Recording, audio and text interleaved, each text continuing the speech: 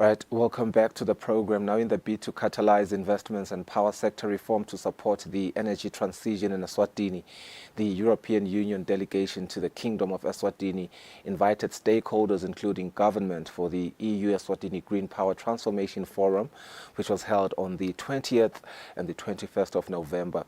Let's speak to the European ambassador to Eswatini, Dessislava Choumelova, about the objectives of the forum and related matters. Desi, welcome to the program. I'm reading at what the forum seeks to achieve, its ambitions, and I'm realizing that it comes at a now more than ever kind of important situation, because the Eswatini Electricity Company has just issued out load shedding power outages systems. They have told us, they have notified us that these are possible power outages that we may experience in the month of December. And I'm looking at what you want to catalyze with this forum. Talk to me about the objectives of this forum. Kusile, good morning. Good morning Thank you for having me. It is the second EU Eswatini Green Power Transformation Forum. Right. We had one last year in November. Okay. As you said, the ambition is to catalyze, to bring together all actors. They need to be there to make sure that Eswatini achieves energy security, that we don't have power cuts and load shedding, but to do it in a climate savvy, wise way, using renewables. The idea behind is that, of course, the country has a huge potential for renewables. Eswatini enjoys many days of sunshine, so solar power is obvious. Eswatini has biomass from two of the major industries you have in the country, the sugarcane and the timber industry. There are opportunities for hydropower, there are opportunities for wind. And to get there, to make sure that energy security is achieved through renewables, by also reducing the carbon footprint of the country, something that forms part of the nationally determined contributions and obligations that Eswatini has taken in the framework of the Paris Agreement. We need to bring everybody around the table. Yeah. We need to unite, because it is for the policymakers to make sure that there is the right legal frameworks. We have already, I'm very proud to say, partnered with the government on the climate law, on the latest fine-tuning of climate law. We have partnered to exchange, to share a bit the practices we have in the European Union. Right. You know, we have 27 member states, and last year we adopted also European Union climate law. So we partnered with the country to help the country in making sure that the climate legislation of the country would support its commitments to reducing carbon emissions and a transition towards renewables. Yeah. At the forum, we also partnered, of course, with our own member states. We had the German cooperation GIZ, who are active in the country under a EU-funded project, working with the regulators, supporting the regulator to make sure that tariffs are rebalanced so independent power producers can join the grid, looking at technical but also financial aspects that would enable private financiers to fund renewable projects, and ensuring that small and medium enterprises in particular can come up with bankable projects in the area of renewables. Right. And why is this important? First, because energy security is very important. Energy is the blood of any economy. Second, because we are reaching a point where we feel climate change. Indeed. It's not only the warning of our scientists, we see it in the extreme weather phenomena, we see it in the floods, in the droughts. So we need to act, and we can only face this global challenge together. Policymakers, the private sector, the financiers, and this is everybody who joined, we also had Business Eswatini join us. We had the National Electricity Company, we had the regulator. So the idea is that we move together towards a cleaner future in Eswatini where there is affordable electricity produced with renewables. You speak on something very important. We need to act, and I think that's the most important thing. You just touched on the Paris Agreement.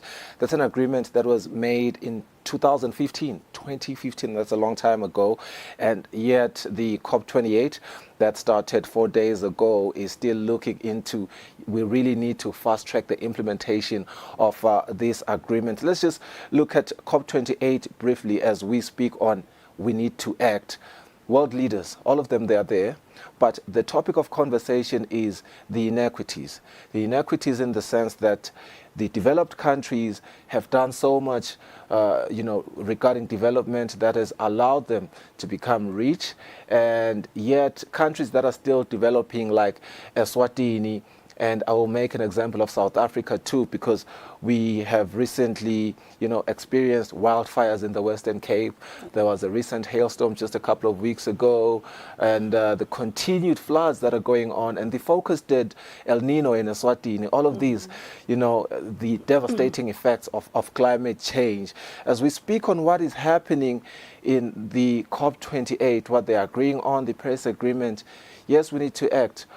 How do we act as a country that is still developing, and we are speaking with countries that have developed already?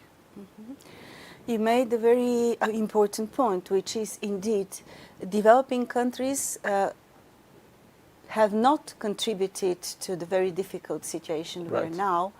They have not contributed to the carbon emissions that we need to drastically reduce to avoid total climate catastrophe. Yet they disproportionately bear the burden and the results of climate change. As you mentioned, all these climatic events, extreme weather, with impact on human health, on the economy, impacts on agriculture. So what needs to be done? You're very right. Europe continues to be leader in climate action, starting from the Paris Agreement, which was achieved with after heavy negotiations in one of our member states, France, in Paris, and it's been 8 years. During these 8 years, there was a lot of work done on mitigation, adaptation, loss and damage. We hope to see now a loss and damage fund taking place and being launched in Dubai.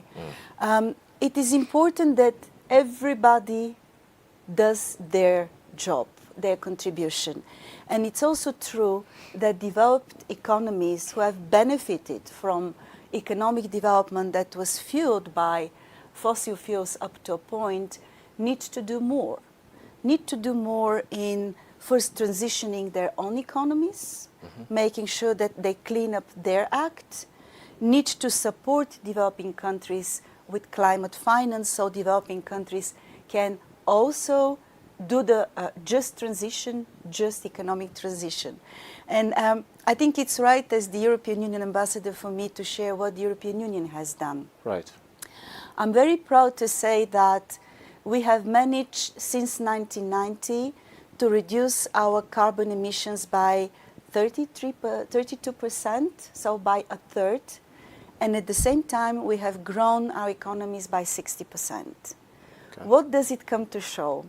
It comes to show that economic growth can be done while at the same time reducing your carbon footprint, reducing carbon emissions. We have ourselves driven a very high ambition which goes well beyond what is on average in the Paris Agreement. We have decided that the European Union, our 27 member states, will become carbon neutral by 2050. And at the moment, with our latest contribution reporting to the Paris Agreement, we are ahead of this promise.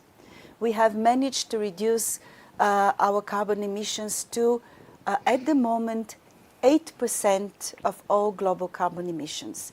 So the European Union, our 27 member states at the moment account to only 8% of emissions, while together we are the third biggest economy in the world. So this is how we are doing our bit, how they're playing our role. And we're not stopping there. We have embraced extremely ambitious commitment to use renewables. We have installed a lot of solar power in the EU, a lot of wind power.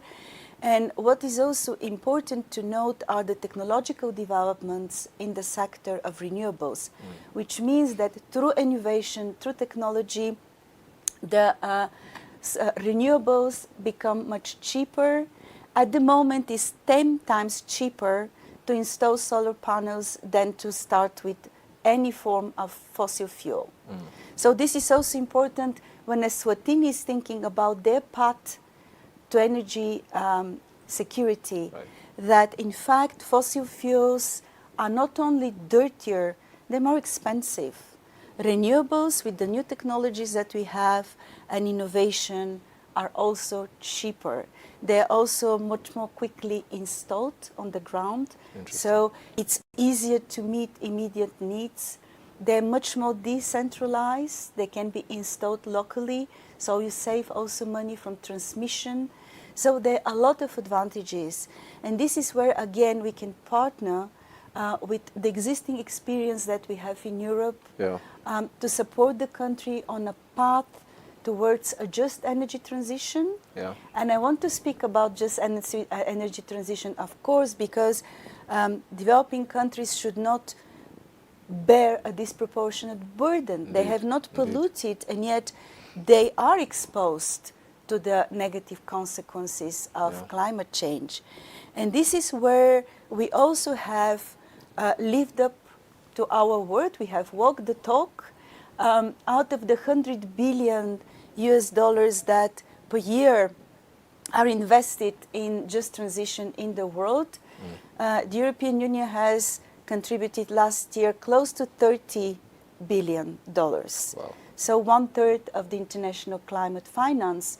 And we continue with the commitment to support our partners around the world to achieve just and fair transitions. And there is important aspect of that as well, which I want to mention because sometimes it gets forgotten.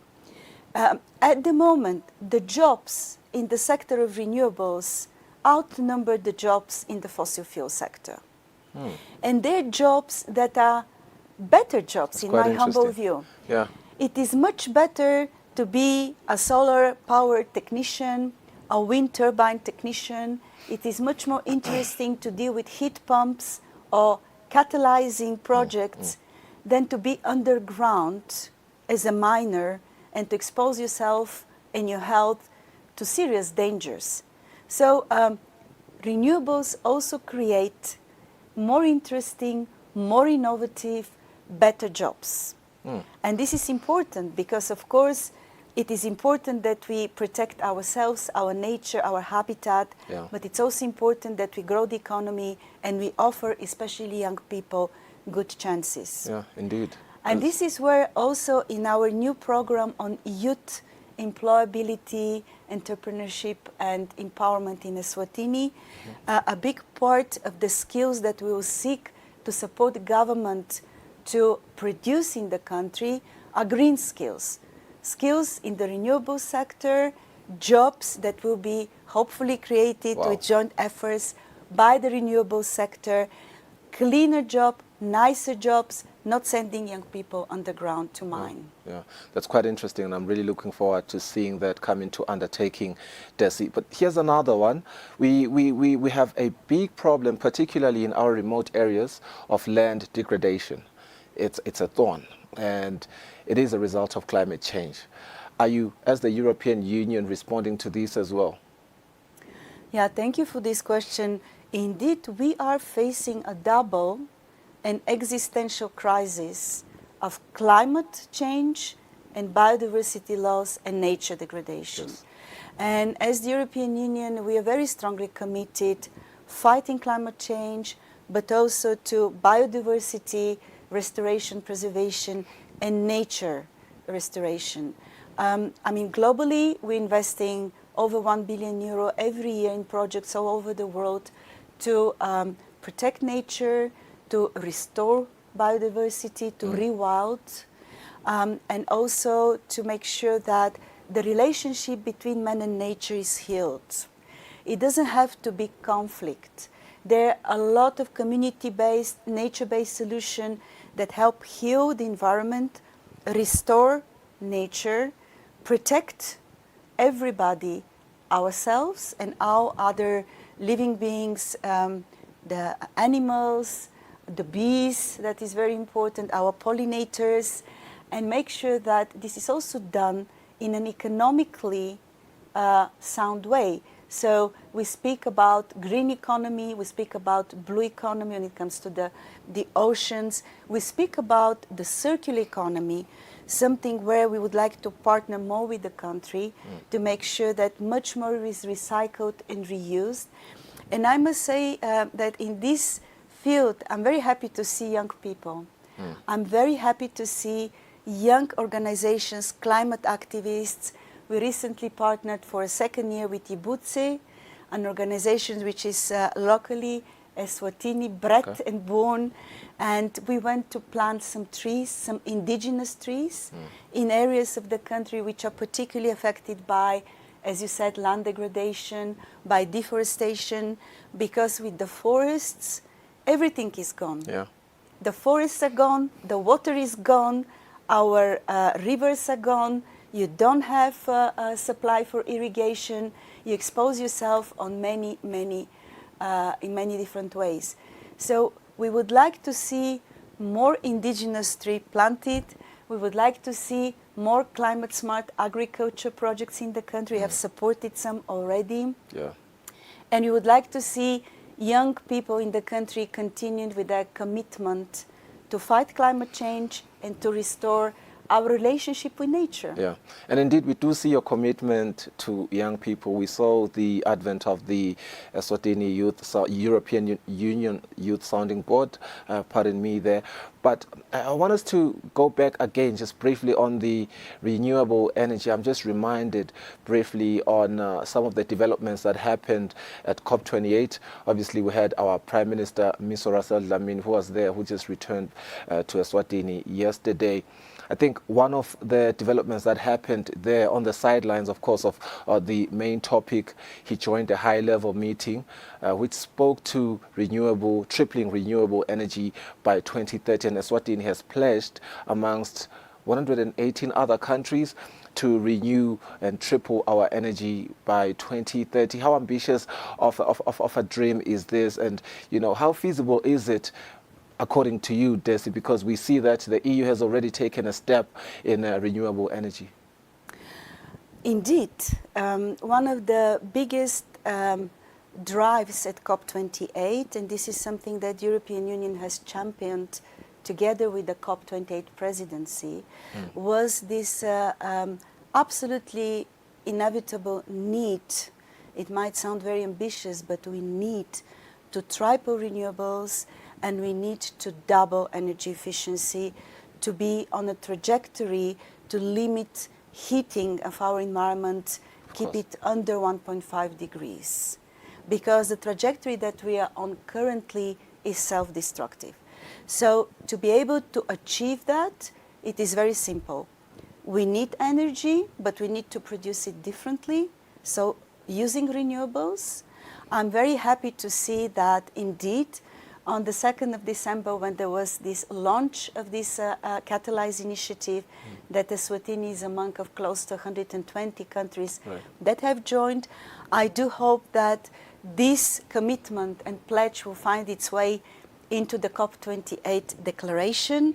And I'm very happy to see that the Prime Minister, Mr. Dlamini, met with the President of the European Commission, Ursula von der Leyen, who also presented the pledge. And why is this important? Because first, it is possible to use less energy. It is possible to improve energy efficiency of buildings, of agriculture, of businesses.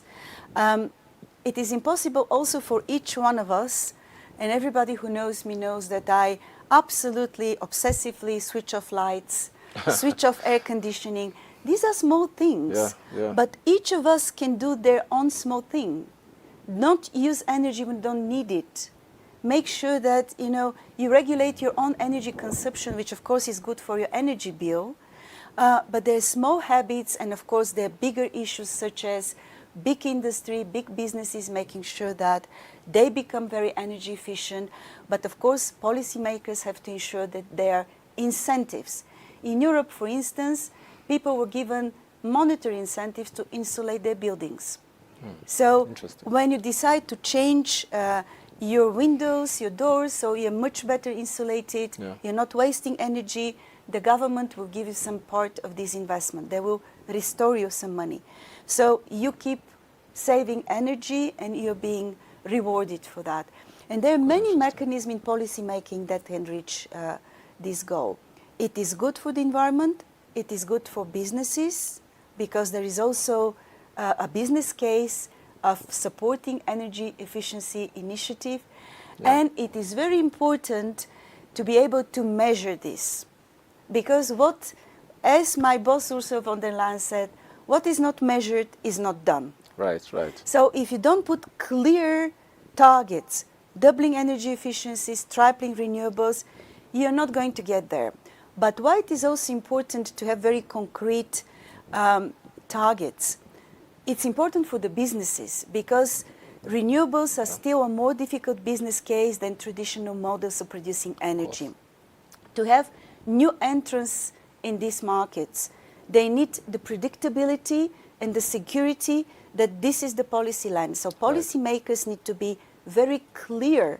They need to make sure that tariffs would support independent power producers, that there won't be difficulties in interconnecting, in buying off power, that they sometimes can also give back power, that they're reliable baselines, because the baselines, of course, are always an issue.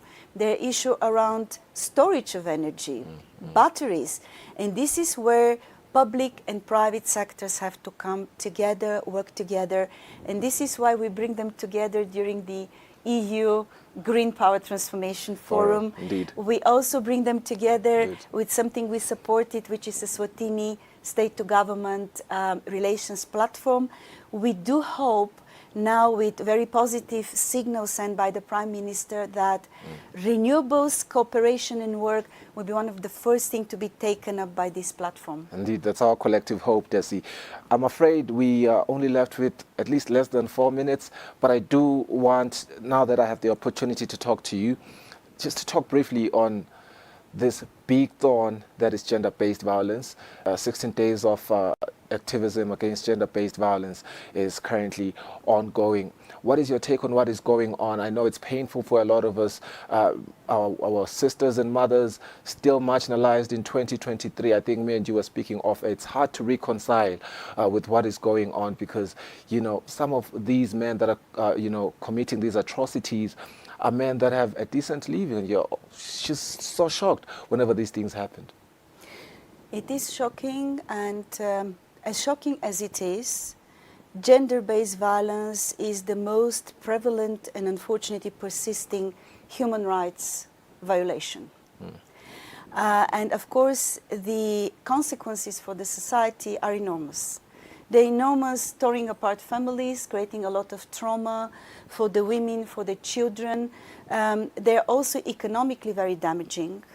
And this is very important to note. So it is the human rights aspect, it's the rights aspect, it's the right to dignity and respect for everybody in every society. But also it's the economic side of it, because traumatized women who are afraid are not contributing to society. And gender-based violence go hand in hand with misogyny, with not giving the voice the women deserve. In a society where the major caregivers are women, they also deserve their place around the table. Eswatini has some fantastic ladies in leadership roles. Now we have a deputy prime minister who is a lady. You have some fantastic ministers. You have leadership examples of women in this society. And again, they're the ones that take care of the children, they care of the elderly, of the old and ill. Society owes to women. It is absolutely unacceptable to see so many cases of gender-based violence It has to stop. And it will stop with us absolutely always talking about it, exposing it, with the very good legislation that Eswatini has, the Sexual Offences and Domestic Violence Act, being enforced without any fail by the law enforcement society, with legislators, with law enforcement authorities being on the job. And of course, as partners of Eswatini, we're there to support it. We have launched this year a competition with Yabu Gallery. Yeah. We have asked 10 artists to express their feelings around the serious crisis and scourge of gender-based violence in this country. So on Friday morning, we have invited big businesses in Eswatini to bid for these works of art, which are also expressing a very strong position against gender-based violence. So we hope to raise more money to support all the grassroots local organizations that day in, day out take care of the survivors of gender-based violence, that make sure that these women have a place to go. They don't have to return to a person who has battered them or tried to kill them. So there is a lot to do, but I'm reassured that the policy and decision makers in this country and His Majesty himself have taken a very strong stance against gender-based violence. Yeah. You can count on the European Union as your good partner to be there for you in this as well. To know. Thank you so much for your time. Indeed, law enforcement, having conversations about it, even entering the contemporary art space, really great initiatives. Thank you so much for pledging that we can count on the EU to fight this. Thank you for having me. Awesome. EU Ambassador to Eswatini, Dessislava, Choumelova. Let's go for a quick ad break. We'll be back shortly. Sorry, I have to say goodbye. We've come to the end of the program.